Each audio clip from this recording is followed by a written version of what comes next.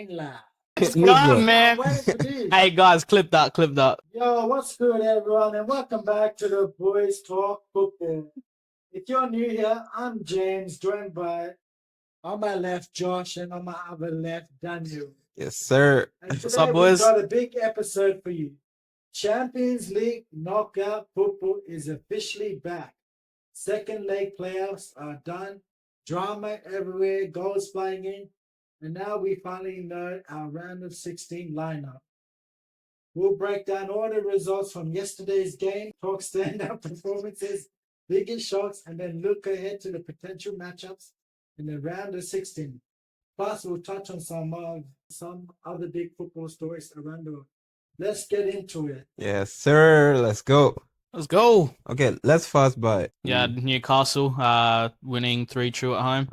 I kind of said it, I think, in the last episode. I did say I think that they're probably going to get, well, after that first big win, I think they could very easily get comfortable. And I think I said my prediction was going to be 3-2 or 2-1, but regardless, a 1-goal difference. And I think, honestly, Newcastle could afford to put the brakes on that game. Regardless, to be fair, they came out quite strong. They scored in the 2nd minute and then again in the 6th minute, I believe.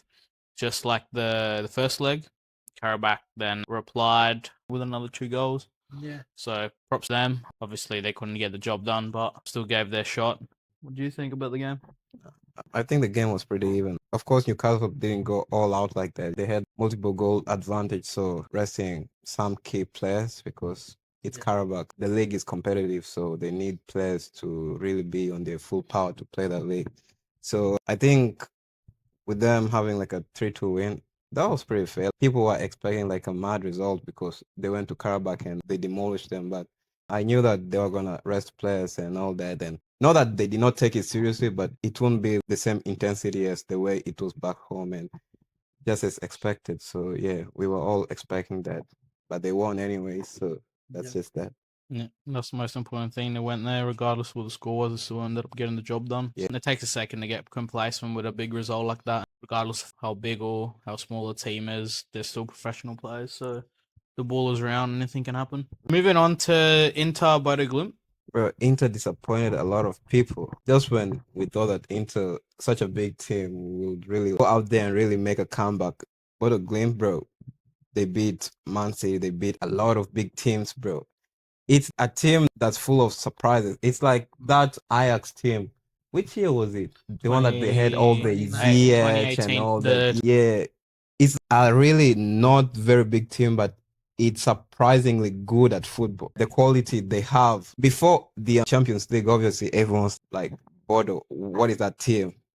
But it's Man City, because I remember when I was talking with Star, well, like, man, that team is gonna collect with everyone, bro. Went to Man City, they beat Man City. They beat a lot of big teams. So, bro, no one expected that. But for Inter, we were really expecting some fight power. Yeah. And they didn't really show us that they wanted it that bad, you know. Even, bro, even if you're talking about Bodo Glimt being like a small team and beating big teams, but bro, look at Inter status, bro.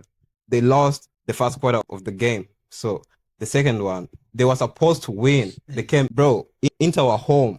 They had all the home advantage and stuff, but they just bottled it again. And no one was expecting that, bro. Yeah. And it was so shocking. Other than, well, touching onto that, actually, I think that just the whole approach was wrong with that game. You're going into a game against a team who's got the better hand of you. Not necessarily played the better football, because in the first leg, Inter definitely had their chances, which they didn't take. However, after the game, you had the coach, Chivu for Inter, complaining about the pitch. Yeah. Oh, the pitch wasn't up to standard, or that. And at the end of the day, they're just excuses, because you had, just like the Bodo Glimt coach said, you have teams that go there, play football, regardless of the result, congratulate, get over and done with it. And then you have teams which, if they lose, they complain. Whereas Man City went there, didn't get the job done. Congratulations, well done, you guys played well. Goodbye. On to next week. Complaining about the pitch is crazy. Because I remember even us when we were versing Mindy, after the game, everyone was like complaining about the pitch. The pitch was muddy, the pitch was this. 22 players, all of them played in the same pitch. So all of them, they were facing the same adversity. So if you're complaining about the pitch, it doesn't mean that the other people were playing on a different pitch, just the same environment, same conditions. So the pitch should not be in the argument of why you lost the game. That's actually mad. That's crazy. Well, regardless of that, you went to play a team on a new surface because I think they're one of the only teams in Europe to have a full Astro pitch. That's fair enough. Different type of surface, players might not necessarily be used to that. However, you played the return game with a 3-1 deficit. You're playing at your home ground under your own crowd in your own country, in your own condition. You got the upper hand, especially against a team that has lost 80% of the matches played away. So I think the approach was just completely wrong. They should just be Yeah, called I just bottlers. want to say, boys, I'm happy with touch that. on that. That just goes to show that it's Champions League football. Anything can happen. I'll take nothing away from that. They played great games. For no reason, they ended up winning both games. And Yeah. it just goes to show that even in the lowest league, I think they're a Norway team. That just goes on to prep them for their World Cup Yeah. team. Shout out to the number 10, Jens Peter Haig. I think that's how you Yeah, pronounce heck, it. he's been Haig. scoring mad goals, I bro. hope That that guy, one of the is- biggest teams, is gonna approach him Yeah, now that's what I because, was bro, about to say, shining man. with a Yeah. small team every time, bro. First time shine, second time shine, bro. He just keeps on giving, and Mm. bro, I know a team like Chelsea or Man City Yeah, or it's- Manchester United, they're gonna That's go what for I him, bro. cannot wait to see him link up with Haaland during the World Cup this summer. So we'll see how Yeah. that goes. And with Odegaard and Solov, so Mm. Norway's looking dangerous for us. And Touching on to that, actually, you have the Norway team with, I'm pretty sure it was only 2 starters. In the starting 11, you only had 2 Bodø/Glimt players, or like 3 amongst the whole call up to the national team. So that's definitely going to be a big question mark for the coach on yeah, who to select and who not, especially after their performance in Europe over the last six weeks. Because Yeah. let's be honest, they haven't played a game since at the end of November. It's their off season for Bodø Glimt at the moment, so coming in to do that, it's not nothing. Yeah, bro, it's crazy, bro. Yeah. Club Brew. Yep. Which shows that the first leg they just came up with a whole other team. They were fighting, wanted this spot to go through to the next round. And yeah, I've heard that Antoine Griezmann is linked to going to Orlando City in MLS. The City, We'll touch base on that, but yeah. that's crazy. A bit of a line scoreline though, in my opinion. I think Club Brugge were all right into the game. I think the final score was 4-2, was it? Something like that. Yeah, 3-1 up. 3-1. Yeah. Regardless, they had heaps of chances. It was quite close of a game up until Atletico Madrid just got those 2 goals. So on the scoreline it was whatever it was, but watching the game itself, it was actually quite even. Both got good Yeah. chances. Atletico Madrid just managed to pull through and get their extra upper hand on them, and something you expect big teams, one way or another, regardless if you struggle or not, you still have to get the job done. Yeah. Struggle or not, they went and did just that. Yeah. So props to them. Juventus Galatasaray. What a flipping game. What a game. You have Juventus going 5-2, having to recover from 5-2 deficit at home. Yeah. Locatelli gets a penalty at the 34th minute, I believe. Bags that away. That basically concludes the first half. Second half, within 5 minutes, Lloyd Kelly, debatable red card, That jumps up. that's not debatable. Honestly, it's a hard card. It's very hard on such an important game. You have a defender jumping up for a ball, headering it, and then not breaking eye contact with the ball whatsoever, and then landing on the player's hamstring. Is it a card? Potentially. Would I, if that was It's a given card. if that was given to me, would I be happy? No, I'd be complaining the living thing out of it. Nonetheless, they pushed hard. Yeah. For the whole of 90 minutes. They were just all over Galatasaray. Yeah. In my opinion, they just approached the game scared, which I don't know if you can really afford against a big team. So that happened. Then you have another goal coming in from Juventus, and that all of a sudden just brings everything back on level. You still got 20 odd minutes to play. And then all of a sudden, you have, I think, at the 85th minute, you have McKennie just bringing it back to level. 3-0, 5-5 on aggregate. Stadium goes absolutely crazy. Mad, eh? Mad crazy. I remember watching that this morning at 5. Just obviously I had to get my partner got mad at me because I was screaming or going all over the place. So let's just say she wasn't too pleased about being woken up to me screaming and celebrating like a crazy person. And another Champions League finalist in the 2024 season knocked out Borussia Dortmund. Yeah. That just goes to show final aggregate 4-3 for Atalanta. Yeah. What a good game, man. That's just. Atalanta is always a big team. They always just do some mad comebacks on the UEFA showground. Like we've seen them doing that over and over, but the problem with them, after getting past the last 16, you'll never see them. They always just manage to bottle leads, and that's just that with Atlanta. Juventus, we still need to talk about the red card because, bruh, look at that red card. Doesn't matter if you're looking at the ball or what the referee would always look at is where you landed. If you land on someone's leg, even if you didn't mean to do it, it's still a red card, bro. But I seen the clip. The guy pushed him while he was in the air, so could that have Ma- his trajectory to? Feel like it could, but at the same time, I don't personally, I think it could have, but I don't think it did. Regardless, I am still for the fact that it was a really harsh red card to give. So, do you think it should have been a yellow card? Because if it should be a yellow It card, was his then first. wasn't that his second yellow? It was. Listen, the first one was tactical. Let's be honest. But at the same time, I don't know. You're doing that in the middle of the pitch. It wasn't like a foul that happened. It wasn't on a build up. It wasn't on anything. A loose ball that went up in the air. I'd say two or 3 meters away from the halfway line. They had one player pressing him, heaps of space around him.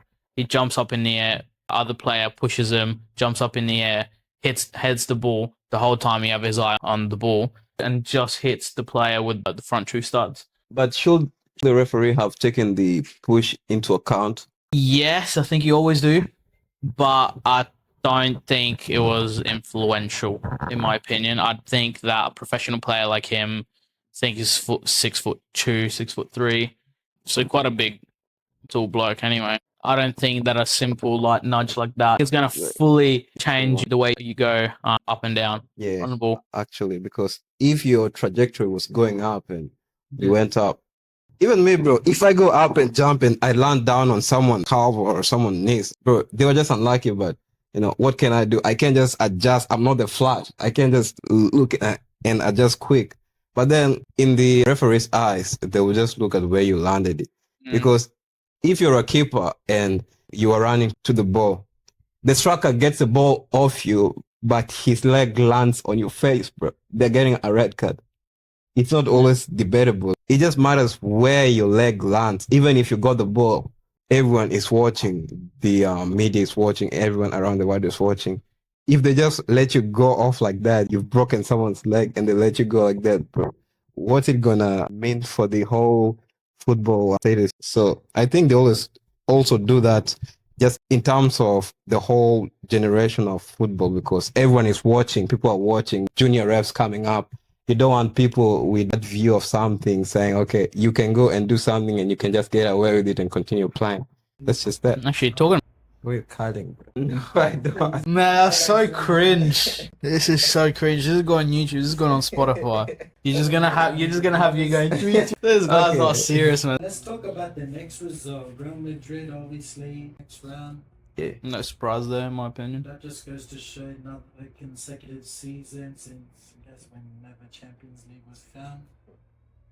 Basically, this thing, the Kings. No, they don't own this thing, bro.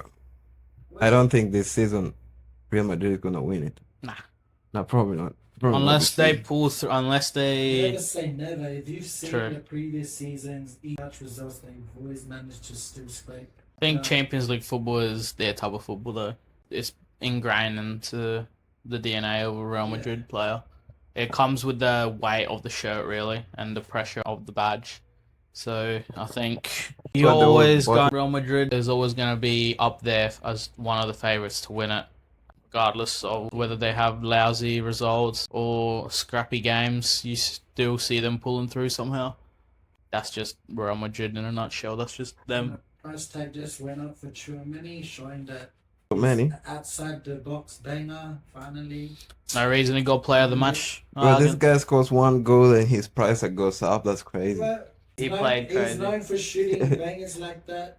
Known for shooting, but not scoring all the time. Not like Valverde. Like Valverde, we know. Barella, I remember seeing last year and this year as well. There's just clips of him just with just some meme songs going around of him just shooting bangers, just from outside the box, shooting volleys, and then always missing until you hit that maybe like after 6, 7, 8, 9, 10 shots, you get that one goal. Nicola Barella, I just remember he just get flamed for taking 20 shots outside the box and volleys and whatnot, But like, and I getting think one in every 20. I think that's what happens with a lot of players. If you see most of the clips that people always glaze people, you can glaze someone like Yamal or who.